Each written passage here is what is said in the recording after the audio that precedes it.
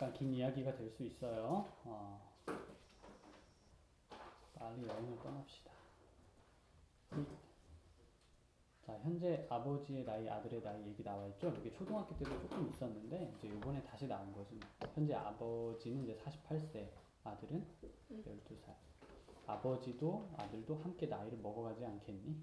그러면 언제쯤, 이게 언젠진 모르겠어요. 몇 년이 지난 때쯤 아버지의 나이는 아들의 나이의 3배가 될까요? 이렇게 식을 세우는 거예요.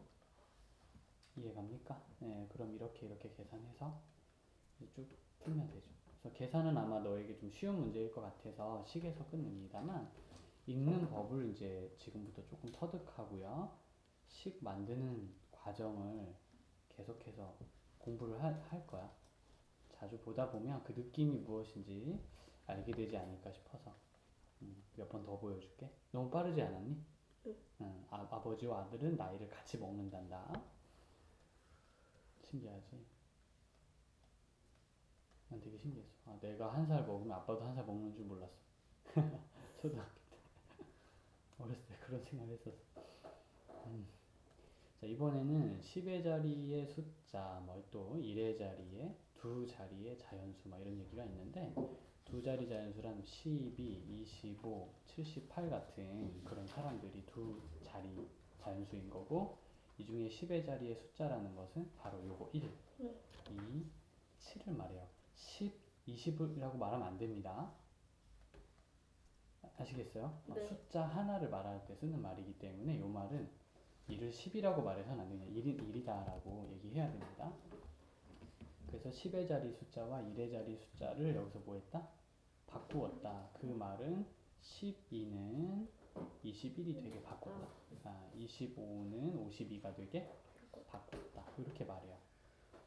자, 표현은 이렇게 하는데 실제로 계산할 때는 조금 다른 표현을 씁니다. 우리가 가끔 읽는 법과 쓰는 법이 다른 국어가 있죠. 뭐 꽃은 하지만 꽃은이라고 읽고 이러잖아요. 네. 뭐 이런 것처럼 우리가 25라고 읽긴 하지만 원래 20 더하기 5로 계산을 하거든요. 계산은 이제 내가 A, B가 바로 두 자리 자연수다 이렇게 말할 겁니다.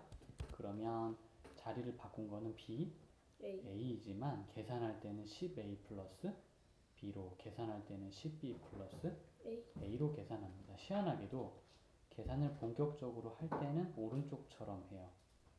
근데 남들이랑 얘기할 땐 표현은 BA나 AB처럼 해도 괜찮아요. 네, 그런 느낌이 좀. 그래서 10의 자리가 2인 두 자리 숫자가 있다.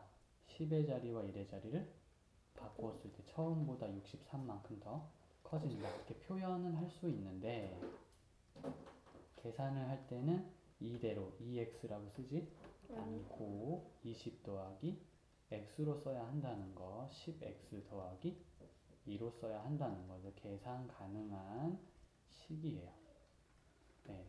그래서 표현하는 방법과 계산할 때 쓰는 게 조금 다른 느낌이 좀 있어서 쌤이 좀 강조하고 싶은 거는 바로 이 부분입니다.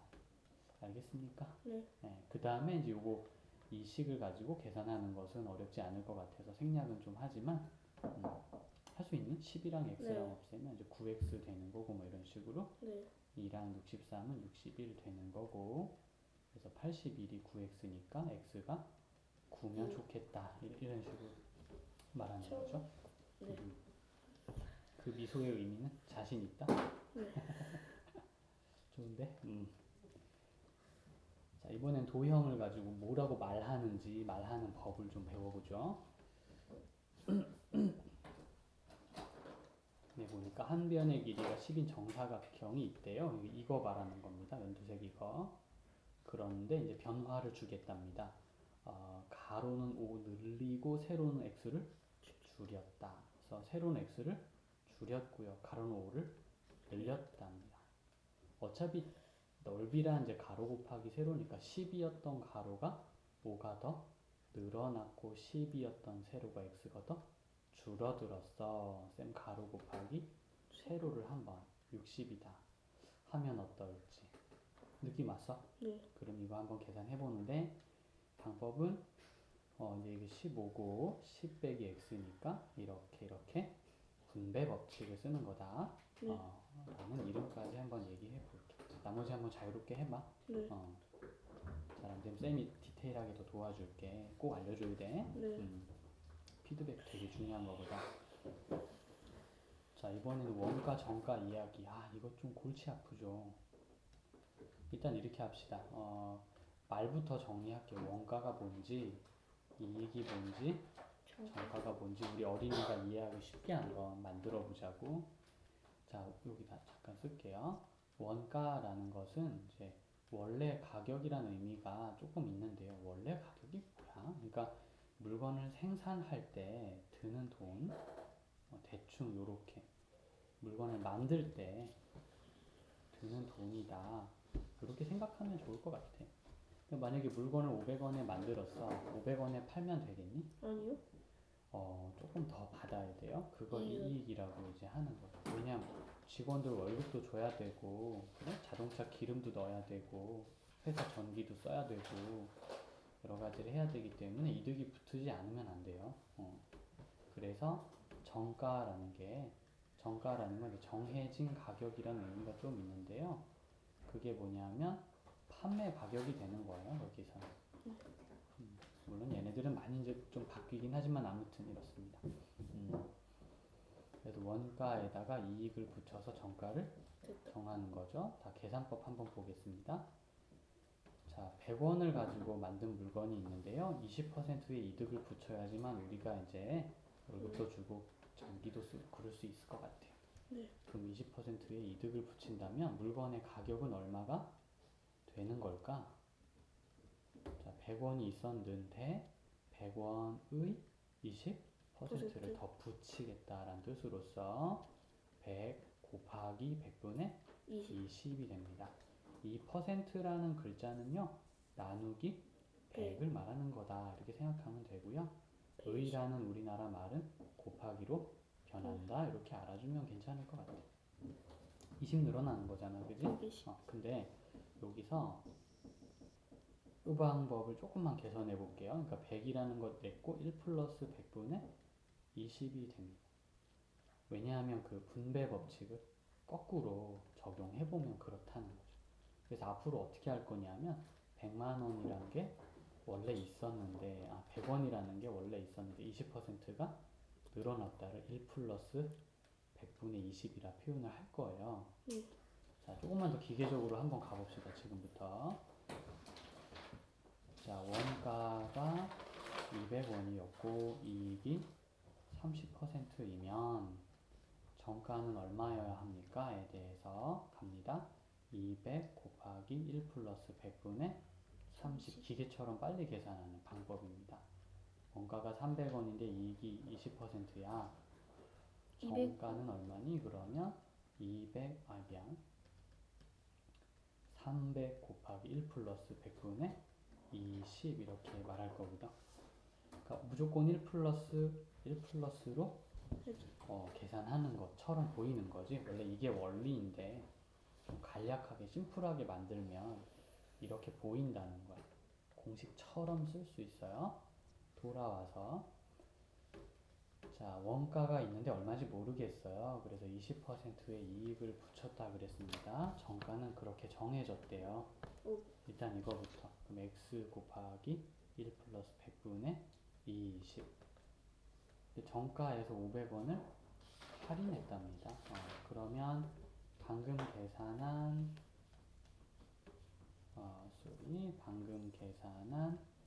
이 금액에서 얼마를? 500원을 깎았다 이런 뜻이죠. 그랬더니 원래 원가에서 얼마? 300원을 더 얻어냈다 라는 의도입니다. 식이 어렵지 않다면 사실은 제일 중요한 건 읽기예요. 무슨 일이 있었는가?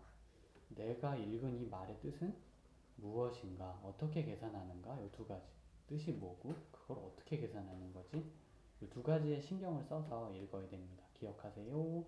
내가 읽은 단어의 뜻이 무엇인가? 걔네들은 계산을 어떤 방식으로 하면 효과적일 것인가? 계산을 효과적으로 하기 위해 원리를 깨우쳐야 되는 거예요. 이 모든 것이 같이 가는 게 좋습니다. 하나만 공식만 외워서 뭘 한다? 조금 부족할 수 있을 거예요. 그것만 주의하고요. 계산 잘 할 수 있겠나? 네. 네, 그럼 한번 기다려 보도록 하죠.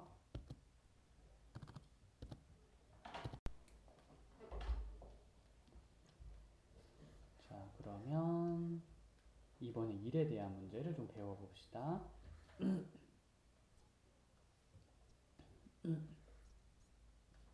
일의 개념을 잡기 참 어렵다는 얘기가 많아요. 예, 일은 풀이법이 한 3개 정도 있습니다. 개념을 잡는 방법이. 오늘은 그 중에서 이렇게 하죠. 어떤 일이 있는데 그걸 내가 이틀 동안에 했어. 네. 그 일을. 그러면 하루에 얼마씩 한 거야? 2분의 2분의 1씩 한 거야. 어떤 일이 있는데 그걸 4일 동안 나눠서 했어. 그럼 얼마씩 한 거야? 4분의 1. 4분의 1씩 일을 한 거라고 할 수가 있겠습니다. 알겠니? 네. 그래서 일은 분수로 표현이 많이 되고요. 일이 다 되면 그냥 1이야. 일이 네. 다 되면 얼마? 1. 1이라. 그래서 이게 1인가? 뿅뿅. 다른 거야. 저 일이 저 일은 아니야. 언니가 12일 동안 일한대요. 그럼 이런 그림을 한번 마음속으로 상상해보고 따라오세요. 12일 동안. 그럼 하루에 얼마? 11분의 1. 그렇지. 그래서 교과서에 분수로 돼 있는 거야. 동생 24일이야. 그럼 동생 하루에 24분의 1. 24분의 1씩인 거죠. 그래서 여기에 채울 말이 있는 거고요. 같이 일한다. 언니와 동생이 같이 한다. 그럼 언니가 12분의 1 하는 동안 동생은 24분의 1 하게 될 테니까 두 개를 서로 어떻게 한다? 더한 게 둘이 같이 하루에 하는 양이죠. 둘이 같이 하루에 하는 일 이렇게. 이해 갔어요? 네.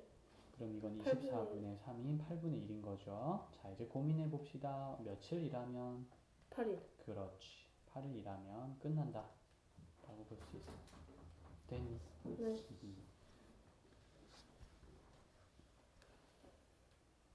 자, 또 엄청 순식간에 끝나네. 일 개념이 쉬운 일은 아닌데 이렇게 좀 생각하면 조금 괜찮지 않을까. 자, 계속해서 쌤이 도와줄 테니까 다른 유제 문제 풀면서 어려운 거 꼭 알려줘야 된다. 네. 이건 한 번으로 끝내지 않을게요. 자, 거리와 시간과 속력의 문제를 먼저 좀 우리가 해결해야 되는데요. 요런 예를 한번 들어봅시다. 거리, 속력, 시간에 대한 공식은 인간의 마음에 태어날 때부터 저장되어 있는 게 아닐까 라는 생각도 조심스럽게 해보거든. 자, 예를 들어 뭐 저 멀리 지방까지 한 500km를 가야 돼요. 그렇게 떨어져 있는 곳으로. 그런데 지금 이제 그 자동차를 타고 가는데 자동차에 딱 찍힌 속력을 보니까 100km라고 써 있습니다. 이게 무슨 의미죠? 속력이 100km? 1시간에 100km. 100km 갈 수 있어요 라는 뜻이야. 속력이 60이라는 건 1시간에 60 갈 수 있어요. 오늘은 시간은 내 맘대로 정한 겁니다. 네. 나중에 꼭 무슨 약속을 했는지 봐야 돼요. 그죠? 시속이지 이거는. 네. 그럼 너 저 500km 떨어진 저곳까지 얼마나 시간이 걸릴까? 5시간. 그렇죠. 그거 어떻게 계산했니? 내가 무슨 공식도 안 가르쳐 줬는데. 500 나누기 1시간에 100km 100km씩 5번 가면 500km? 네. 가니까 5시간이겠죠? 그럼 이제 그 무의식 중에 한 행동을 잘 생각해봐. 거리 나누기 속력을 해서 시간을 거리를 거리를 속력으로 나누면은 무엇이 나온다? 시간이 나온다는 개념을 한번 생각해 볼 수 있고요. 자, 요거 한번 가보자. 메모. 2분의 6은 3이야. 그러면 3과 2의 자리를 바꿔도 계산은 안 이상하니? 이상해요. 안 이상한 것 같은데? 네. 네, 이 두 빨간 자리는 서로 교환이 가능하답니다. 그래서 이제부터 거기서부터 거리가 시간은 여기에 속력은 뭐 이런 방식으로 접근하는 법이 있습니다. 그러니까 개념이라는 걸 만들어 갈 때요. 쌤이 지금 1번에서 얘기한 루트를 따라 공식을 이해해 가는 방법도 있어요. 다른 방법도 많이 있어요. 선생님들을 만나면 조금씩 다르게 설명하는 것도 느낄 수 있을 겁니다. 다 좋아요. 여러 방향에서 생각하고 들어보고 이해한다면 훨씬 좋겠죠. 물론 두 번째 개념은 쓰지는 못했지만 두 번째나 세 번째는 있습니다. 분명히 쌤이랑 다른 방식으로 똑같은 공식을 만들어내는 분들을 만날 수 있을 거예요. 그렇게 다양한 이제 경험이 이제 차후에 쌓이면 더 잘 이해할 수 있을 거라고 생각돼.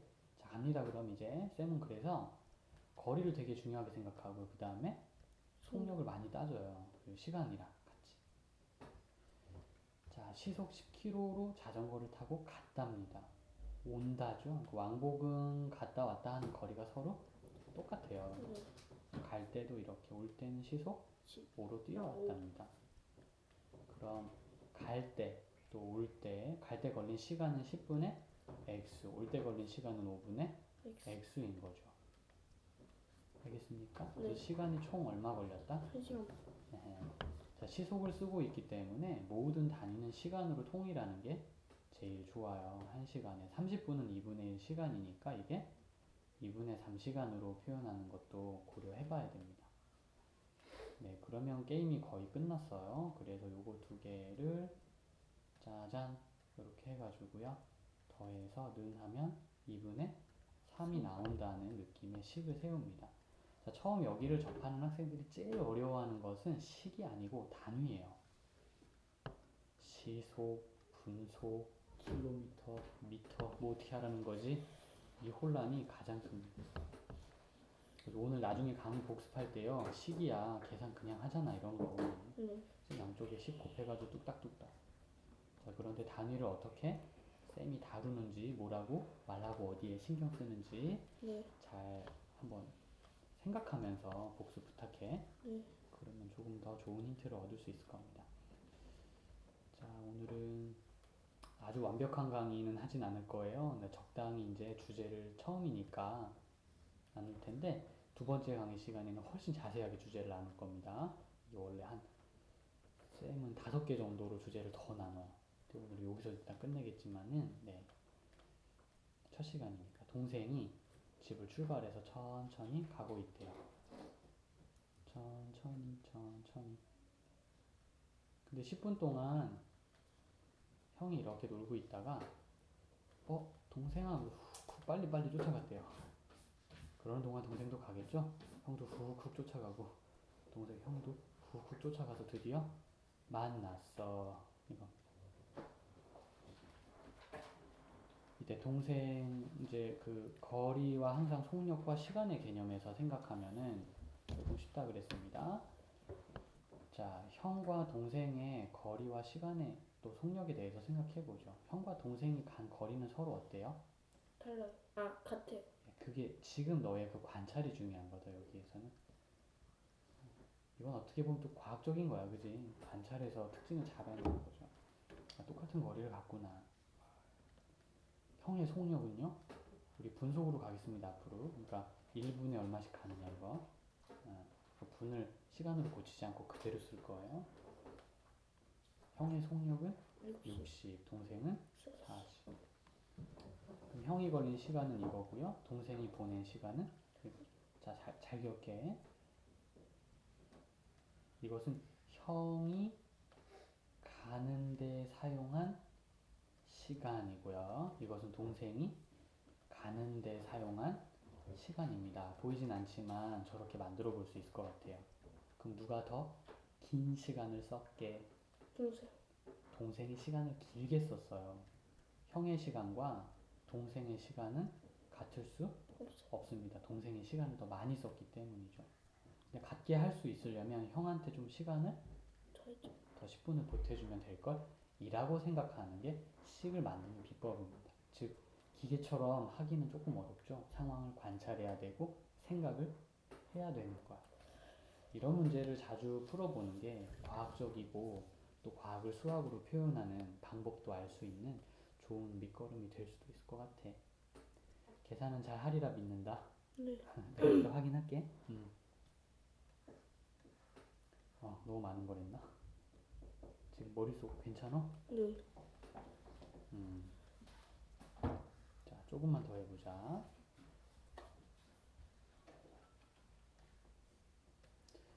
이게 이제 읽으면서 상상하며 읽기가 참 중요한 것 같아요. 집에서 공원까지 4로 걸으면 3으로 걷는 것보다 20분 빠른데 시속이라 그랬죠. 그럼 이때는 시간을 기준으로 모든 것을 정리하는 게 좋아요. 여기서 시간이란 1시간, 2시간 하는 그런 시간. 20분이란 글자도 60분에 20 시간으로 고쳐서 3분의 1 시간으로 보는 것이 유익하지 않을까 싶구나. 알겠니? 네. 오케이. 갑니다. 집에서 공원까지의 거리를 구하라 이렇게 말을 했는데요. 20분 빨리 도착한다.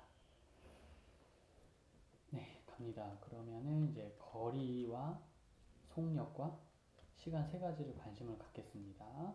속력 4로, 속력 3으로 걸을 거고 같은 거리죠. 집에서 공원까지가 빨리 걷는다고 가까워지진 않아요. 가까워지나? 야, 뭘 그걸 진지하게 고민하고 그래. 너 학교 빨리 간다고 학교가 가까워져? 아니요. 그런 건 아니야. 그래서 시간은 4분의 x가 걸렸고 시간은 3분의 x가 걸리는데 문제는 누가 더 짧게 걸렸나요? 시간이 주황인가요? 파랑인가요? 음, 빨리 간 사람은 시간이 네. 더 네. 조금 걸리겠죠. 이게 작아요. 그러니까 두 사람은 똑같아질 수는 없어요. 없는 건데 작은 쪽에 조금 더 해주면 되겠죠. 20분을 먼저 도착하고 기다리면 나중에 온 사람을 만날 수 있을 것 같아. 나는 식을 세우기 전에 지금 쌤이 뭔가 중얼중얼거렸던 생각 있죠. 그게 바로 중요한 겁니다. 보이지 않는 그 사람 덕분에 식이 나오는 거예요. 이것만 따라한다고 그 생각이 내게 되는 게 아니라면 그 사람은 공부 방향을 좀 바꿔야 됩니다. 무슨 생각을 하셨어요? 하고 물어보세요. 선생님들한테. 알았죠? 네. 그러면 자세히 얘기해 주시려고 노력해 주실 거야. 됐다. 그래서 이제 계산은 좀 냅둬서 계산 잘하는 걸 내가 그동안 계속 봐왔기 때문에 오늘은 생각하는 법, 관찰하는 법, 어디를 관찰하는 게 좋은지, 관찰한 걸 어떤 식으로 정리하는 게 식을 세우는 데 도움이 되는지에 대한 이야기에 조금 집중했다. 이렇게 알아주고 꼭 집에 가서 한 번 더 복습 부탁한다. 네.